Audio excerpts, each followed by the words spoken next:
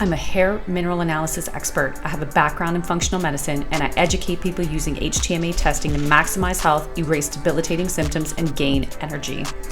I'm a multi-time kettlebell sport world champion, and I'm constantly searching for high-performance pros from all over the world to bring you this human optimization podcast. My name is Lisa Pitel-Killah. Welcome, everybody, to another episode of the Human Optimization Podcast. I am so excited to have here with me today Dr. Joelle Villeneuve. She is a naturopathic doctor, is the founder and the clinical director of Revive Life Clinic right here in Ottawa.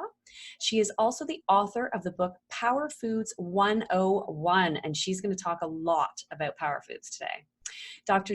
Villeneuve's pursuit of excellence, providing trusted care to her patients and motivational coaching through media has defined her 25-plus year journey as a highly respected naturopathic doctor practicing integrated natural medicine. Welcome, Dr. Joelle. Thank you. I'm so happy to be here. Good. Well, and we have so many things to dive into today. I'm so excited for everybody to have all of this knowledge that they're going to get from you. I'm super happy to be able to share, and I love making sure that people are well informed and that we've got good resources behind the information that we're presenting. Absolutely, and that is definitely necessary. So let's dive in and talk about Revive Life. How did it come about? What was your passion to starting the Revive Life Clinic? Well, Revive Life Clinic is a clinic that's designed to bridge traditional medicine and natural therapies. And my vision was to have a team of health professionals where we would be able to collaborate, be able to walk down the hall and say, hey, Dr. So-and-so, I've got this client, and this client has XYZ, and what are your thoughts, etc. And so this is a center that provides all of that in a holistic setting, and our goal is to provide resources in finding the root cause of what is happening with people's health imbalances. Excellent. Well, I know that I have definitely visited your clinic, and you have lots of options for people there to become healthy and optimize their health. So I work with a lot of athletes, and I wanted to find out, obviously, POWERFOODS 101, your new book. I really wanted to ask a few kind of dive in questions that I know that some of my viewers and listeners are going to be thinking about and wondering about. So the first one I want to start off with is a lot of people, athletes especially, when they're doing their training or even getting ready for a competition, we're very heavily focused on, if it's endurance, carbohydrates. And a lot of that sometimes revolves around sugar. So, what would you feel some great foods to fuel the body would be for that training with minimizing sugar? That's a great question, because there's a lot of information on the internet, and traditionally you are right. We did focus on the use of carbohydrates, that big pasta meal before your workout or marathon or long training day was what we used to rely on historically. And the answer to that question really depends on the goal. If your goal is to focus on lean body, then what you want to do is you want to be targeting healthy fats as your first reserve of energy. If your goal is to maintain and build weight, you're going to include healthy fats for that quick source of energy, but you're also going to include a baseline of healthy carbohydrates. And I mean, really, we're all striving to be the best, whether it's a gold medalist runner or, in everyday life.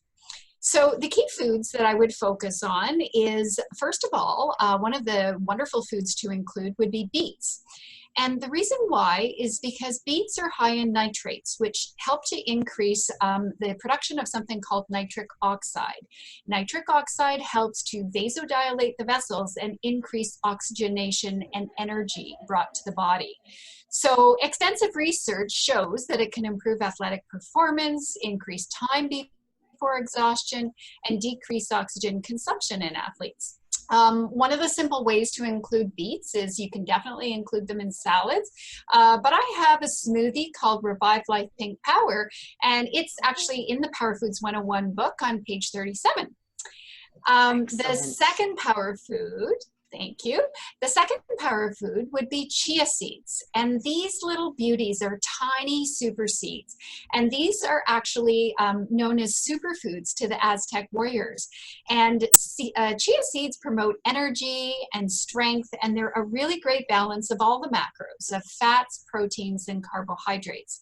And when you are in a carb loading phase or an energy loading phase, let's say, if we're using healthy fats, one research study found that if a person was to use a sports drink alone or to use a sports drink with chia seeds, they found that the mixture of a sports drink with chia seeds was equally effective as at improving athletic performance even beyond than using a sports drink alone. The bonus is that chia gives us fiber, helps to reduce any rise in blood sugar that's unnecessary, and it also provides nutrients such as omega-3s for recovery. How do you like to use chia seeds? Well, you know what? I like to make chia pudding because I can't consume dairy. So I do like to put it with a non-dairy and leave it overnight and have it in the morning before I train about 2 hours later, because I do coach first thing in the morning, but I like to have it then. So that's when I like to consume mine. So that's good. So that means I'm already doing something good. Yeah. Absolutely, absolutely. Some other ideas on how to include chia seeds is I've got a recipe called Energy Bombs. Oh. And then, of course, you can, energy bombs, little power balls that you can pop a few of those before your training, and you'll be getting your daily dose of chia seeds. I've got a few more gems for pre-training. Another one, of course, is coconut oil. And coconut oil is high in medium chain triglycerides, which can be absorbed very quickly and used for energy. What was found in one study is that when individuals used coconut oil regularly for 2 weeks, it reduced the body's dependence on carbs for energy production. So that's going to be key for anybody who's trying to lean out. And so an easy way to include that would be my pre-workout smoothie, which is also found in the Power Foods 101 book. And if you just simply add a half a beet and another mushroom called Cordyceps, which I'll talk about in just a moment, you'll be all set. You did talk about sugar. And I know that often people are thinking, okay, what's a fast way to get sugar naturally? And so one of the fastest ways would be berries, because they're very rich in easily accessible glucose to provide fuel to your cells and muscle. And they also offer the added benefit of being high in antioxidants, which help with cellular regeneration and recovery post-workouts. So easy ways to include berries would be you could add it to a smoothie. You could use the maple oat granola recipe in the book, and you could toss that on top of the berries with a little bit of coconut yogurt, and that would be a perfect pre-workout snack as well. Excellent. Yeah, a couple more, if we still want to talk on the topic of pre-workout, because it is such a big topic, is, what about caffeine? People, they talk about caffeine. What are your thoughts? Well, I think everybody's different. I think there's ways that you can use caffeine in the appropriate fashion. And I think one of the biggest parts is when we're talking high performers, athletes, there's a lot of different things that they're focused on. And, when we talk about athletes who are working as well, they may abuse caffeine. And then it's not going to be able to be utilized by the body in the fashion that we're going to talk about, just because your body's not going to respond to it the same. So I do, so for me, I do implement caffeine products, but usually in kind of like the 3 weeks coming up to competition, and I cycle off of them just to make sure that my body never adapts. Excellent. That's a great recommendation.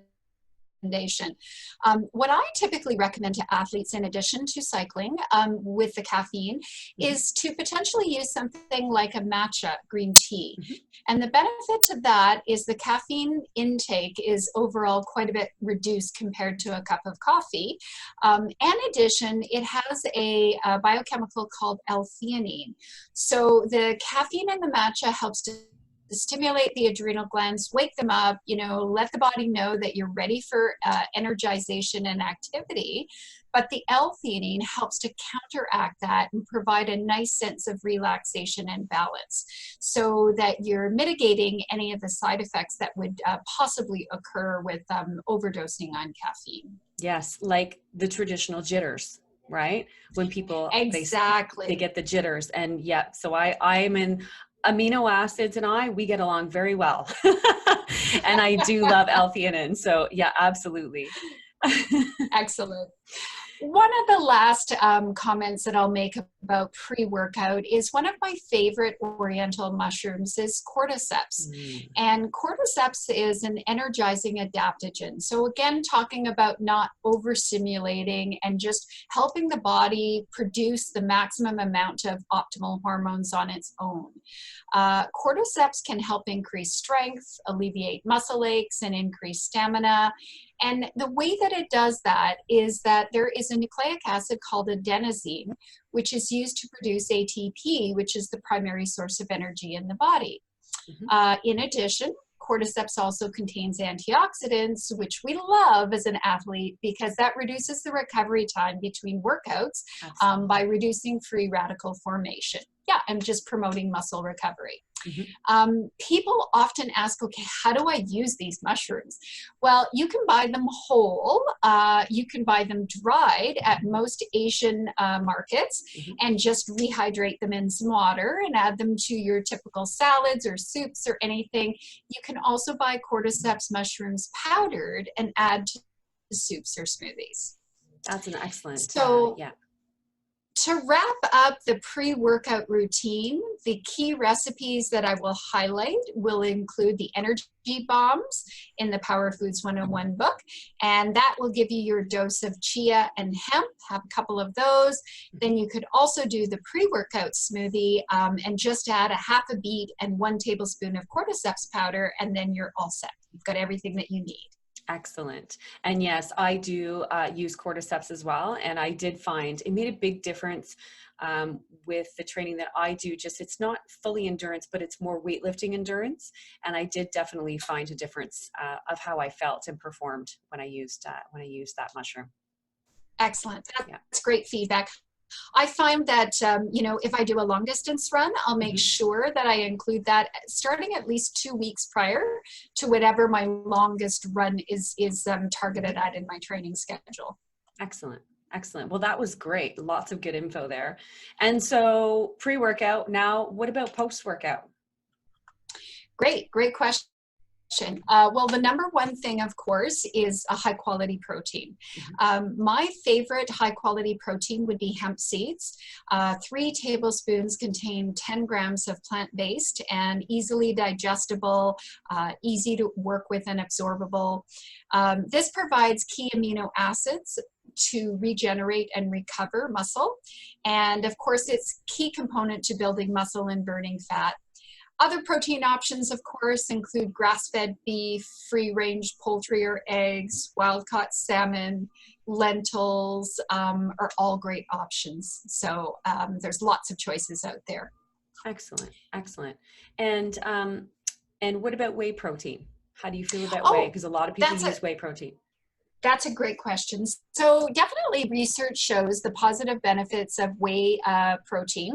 However, as we're going to discuss further on down, many people are becoming intolerant to dairy. So that's why I tend to focus on the plant-based options and reserve the whey proteins for those individuals that tolerate dairy well. Excellent. Good. And go ahead. I was just going to mention that in post-recovery routine, I like to encourage the big 4. So that's protein within an hour after working out, coconut water to help include the natural electrolytes to boost performance and recovery. And then coconut oil, as we discussed pre-workout, is also great for post-workout because it helps to reduce lactate production during exercise, which reduces fatigue and muscle aches. Lastly, which a lot of people don't really talk about, is my favorite 3 fruits, which are pineapple, kiwi, and papaya.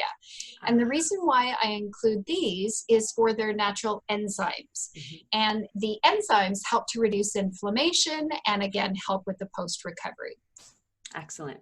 Yeah, that's great. And yes, enzymes are very important, and a lot of people forget how many are in those fruits. So that's Yeah, great. absolutely. Yeah. Good. So tell us about Power Foods 101. I mean, we've mentioned it a little bit already, just with regards to some of the recipes, but tell us about the book. Tell us how that came to light for you, and why you wanted to bring that to the table for people. Sure. Well, I think Power Foods 101 is accumulation of all life experiences. I think this happens to many of us, that we go along life and maybe there's some things that we experience that are hard and difficult, but then there's a result and something really beautiful that occurs from that difficult time. And when I was growing up, I was a athlete. I was a gymnast, and I was always interested in the power of mechanics, nutrition, and bringing that all together. And that's ultimately what brought me to naturopathic medicine. The Power Foods Project, what happened there is I was discussing, the fact that my father had a history of prostate cancer. I was blessed to be introduced to Linda Egan, who is the founder of the Ottawa Regional Cancer Foundation. And she asked whether I'd be interested in teaching a program at her center, and I was really happy to do that.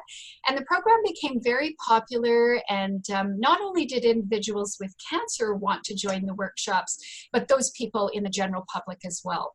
So we discussed things, and Linda and I felt that perhaps it would be a great idea if we could present a book where really everybody would be able to access this information. So that's how Power Foods 101 came. Essentially, one of the motivating factors for really helping people understand what a power food was also the fact that when my father would eat really whole foods and, homemade foods made by my mom and organic sources, his PSA, a prostate marker, would come down.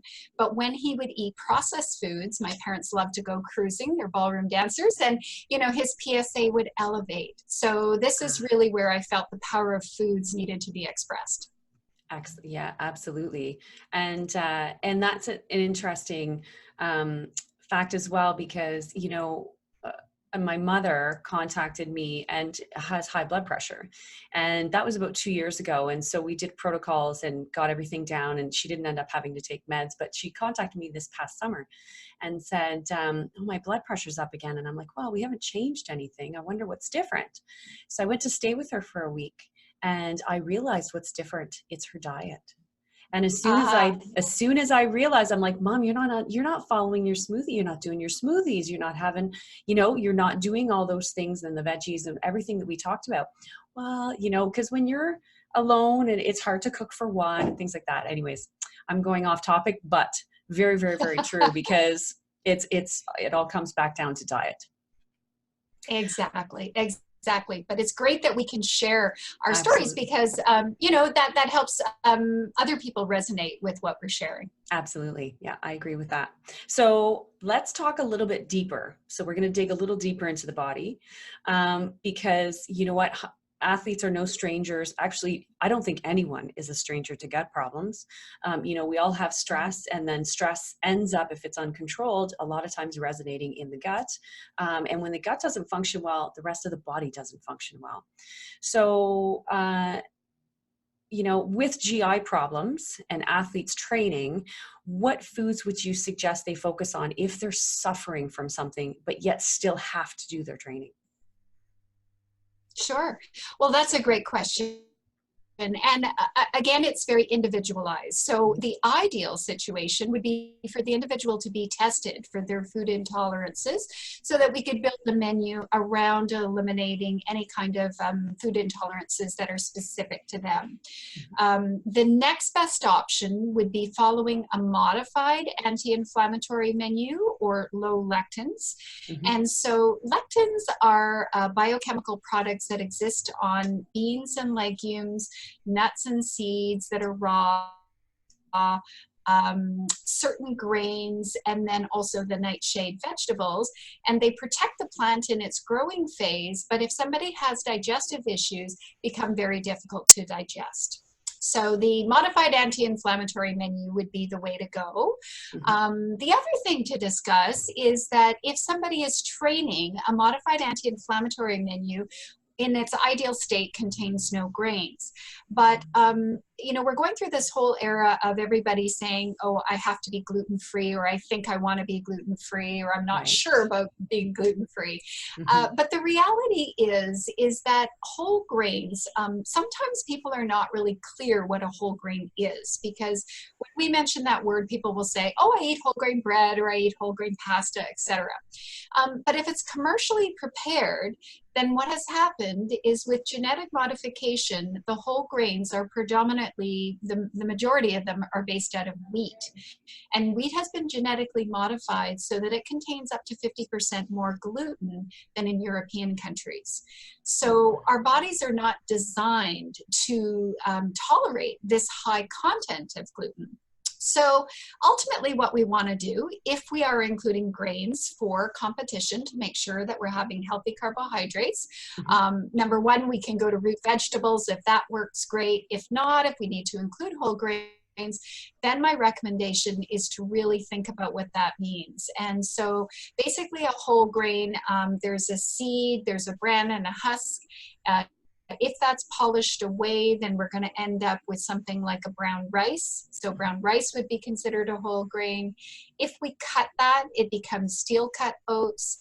If we press it and steam it flat, then we get the traditional Irish oats. Those are the kind of whole grains that we ideally want to stick with. Okay. That's great. And so that takes us down to one of our next questions that I really want to cover. And talking about gluten and dairy issues, because that is a big one. And, you know, when people don't realize that stress on the body doesn't necessarily have to be external stress, it could be a little bit of stress from overtraining. It could be stress from what might be going on inside the body as well. But we have to take that into consideration, that those enzymes, those get harder and harder to digest as the body starts to try and deal with all that stress. So just some good options for those people who maybe can't tolerate dairy and or gluten. Sure. So if we talk about dairy and we're wanting to reduce or eliminate dairy, of course, the most common is starting with milk. So great alternatives now. We have wonderful resources of non-dairy based options. The most common being almond milk, cashew milk, coconut milk.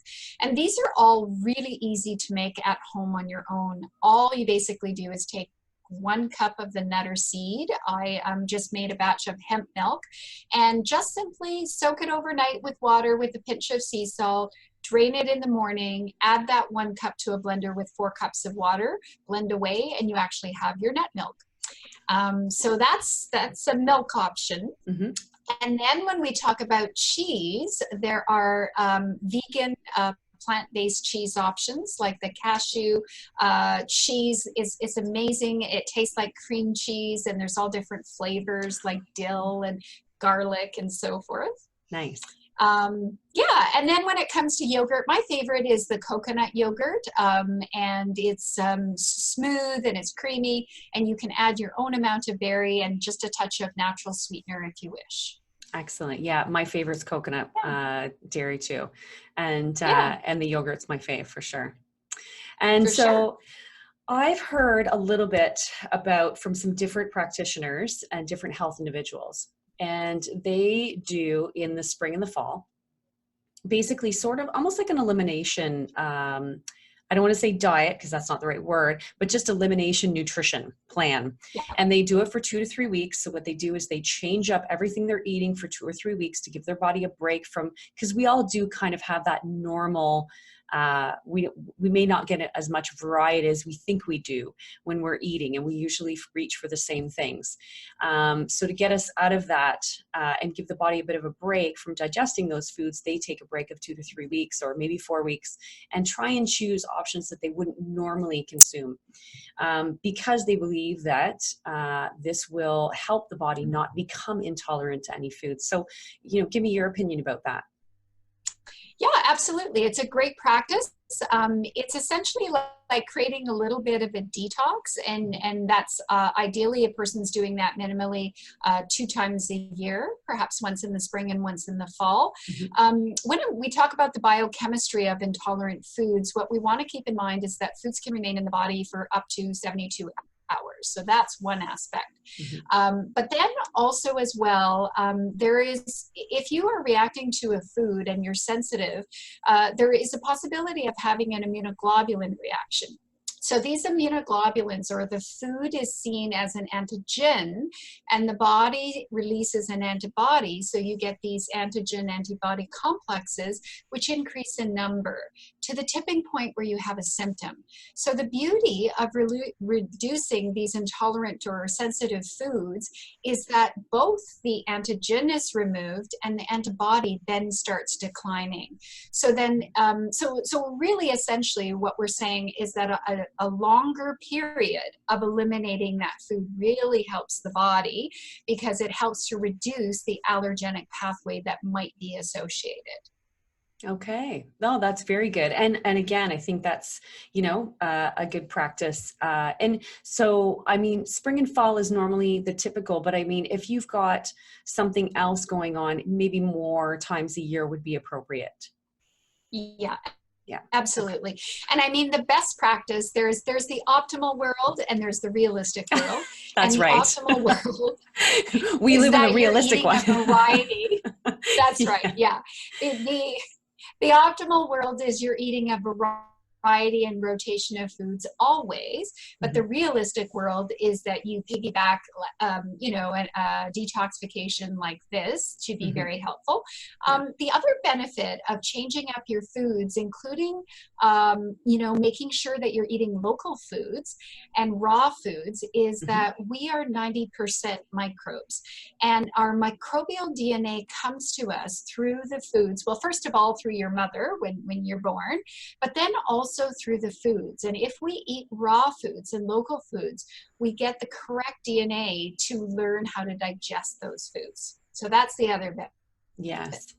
Yeah. And one of the interesting ones too, not to get too far off topic, because I do want to talk about the best foods for inflammation, is local honey for people who have some issues with any allergies, especially in that kind of May and September season, to be able to foster that and consume that to help those allergenic reactions. Absolutely. Local raw honey is very health beneficial. There's a lot of nutrients that are present in raw honey. But in addition, the philosophy is that you're being exposed to tiny amounts of pollen that exists within the local community, so that your body can create more of a natural reduction in allergy symptoms. Yes. Yes. Good.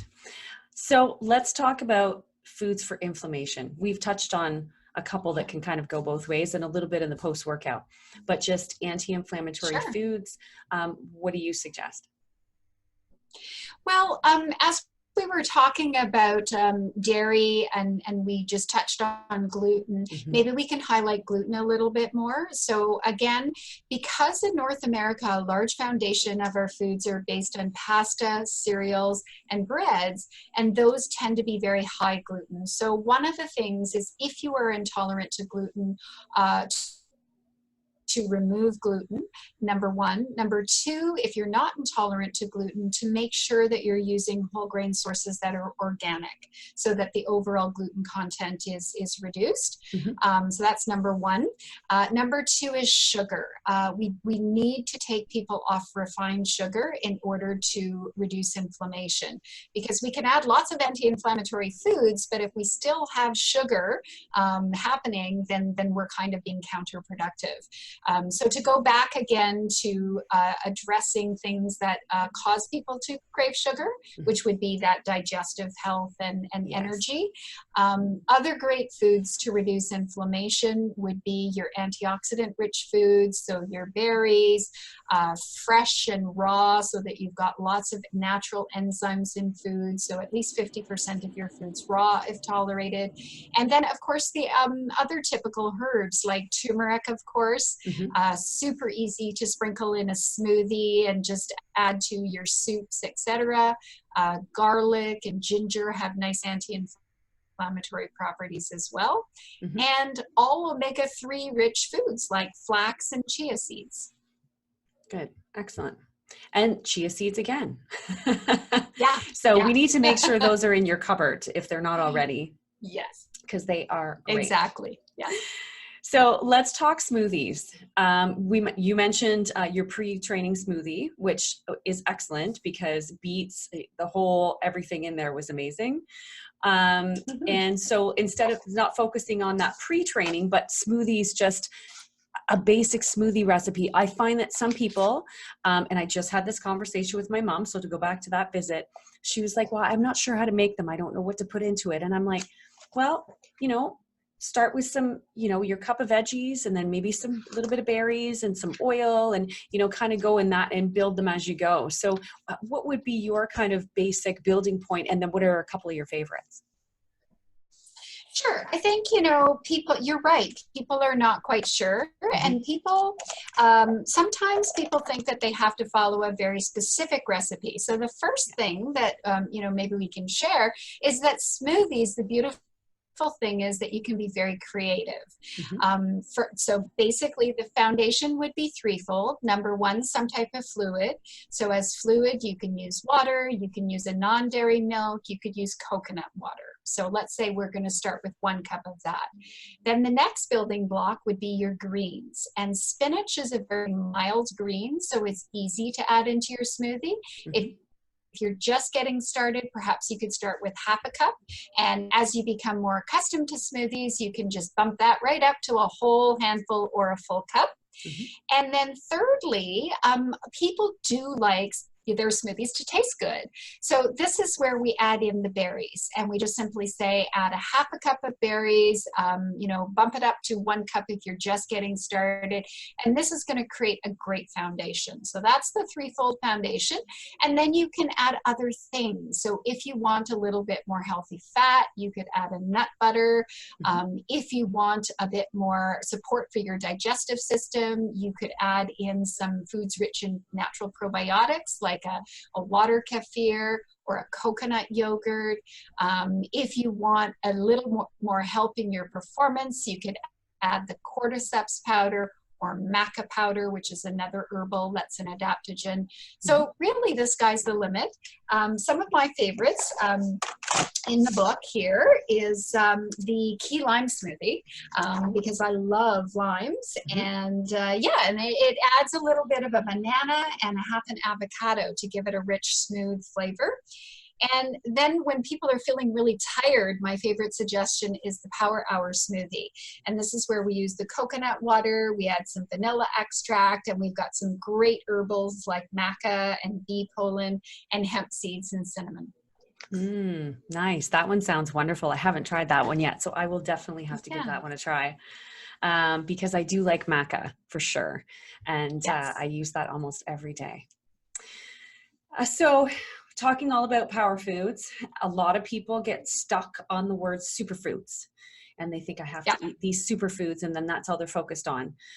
Which, again, we were talking about having a variety of food in our diet and why it's necessary for our digestive system and the workings of our body. So tell us what your superfood list would include. Okay. Yeah. So, the wonderful thing about these superfoods is that if you open up your refrigerator, you can be exposed to 3,000 to 5,000 phytonutrients every day by just making the right choices. So I like to translate superfoods into power foods. And the reason why I chose that term is because I've created something called a power food index, which means that food has a big superstar for nutrient content, for antioxidant component, for anti-cancer action, maximum absorption, and overall energy. So my list would be the super seeds, and those would be the chia, the hemp, and the flax seeds. These are really high in protein, omega-3s. Next, I would actually include oats. That's one of my foundations of healthy carbs, so steel-cut oats. And then thirdly, wakame, or some type of sea vegetable. Sea vegetables I love to call a multivitamin in a cup. They're very high in iron, and one of the issues with athletes is iron tends to be a concern, especially with female or long-distance athletes. Mm-hmm. So it's an easy food to incorporate. If you're just not sure how to use it, you can take a dehydrated source, hydrate it up, and just chop it up and add it to a salad. That's usually the easiest way. Mm-hmm. Protein, edamame, super fast. You can buy it frozen, just simply a few minutes to defrost it, and you've got a great source of high protein. Strawberries for sweetness and antioxidants and vitamin C. Any kind of herbs or greens, they all have great medicinal properties. One of my favorites is basil, and it has antimicrobial properties, and it refreshes your breath, and you can make amazing pestos. Just simply take a half a cup of lemon juice, a handful of your favorite herbs, a little bit of nuts or seeds, blend that up in a blender, and you've got a great pesto. And then, green tea, matcha green tea. I love it. It helps to energize you, but it also helps to calm the nervous system and support the adrenal gland. Excellent. Well, that is quite a list for people to be able to dive into, and probably a few things that they haven't heard of before. Sure. Yeah. And I think that's one of the great things about being able to share is giving people some great information that they can take away and understand how that can affect them in a positive way. So I think the question here is, how does everybody get a copy of your book? Tell us. Oh, thank you. Well, it's really easy. You can just simply stop by the clinic, revivelifeclinic.com. You can also order it on Amazon, amazon.ca. Just simply punch in POWERFOODS 101. And lastly, you can give the office a call and we can deliver it out to you if you're remote. Perfect. So lots of options. So if you're in Ottawa, there's tons of options. You can stop by the clinic, and we'll have that link in the description on YouTube, as well as your favorite podcast host. So that was great. So much wonderful information. And, so many athletes focus on sometimes a little bit too much on supplements. Supplements are there. They're used for a reason, and they're used strategically. So putting the emphasis on food and making sure you're getting the energy you need from the food is key. So I really appreciate you being with us today and giving us so much incredible information that they can take away and use for their training and their pre and post workout. Absolutely. It's been a pleasure. Thank you so much for having me, Lisa. And I wish all of our athletes and, weekend warriors all the best. And if there's additional questions, please feel free to be in touch with us. Absolutely. And again, description will be in the bio, website will be there as well. And so thanks for watching. Thanks for listening. If you're watching on YouTube, give us a thumbs up if you like this video, and subscribe so you know when the next one's released. And again, if you're watching or if you're listening from your favorite podcast host, then give us a thumbs up and let us know that you like this video. Until next time. Thanks for listening to today's show. Head on over to Killah, KILLAH.org to gain access to some amazing resources that will help you gain energy, rid yourself of debilitating symptoms, and be the best version of you. Remember to give this podcast a like and follow me on Instagram at coach.killah. I'm here every 2 weeks with a brand new episode of the Human Optimization Podcast. Until next time.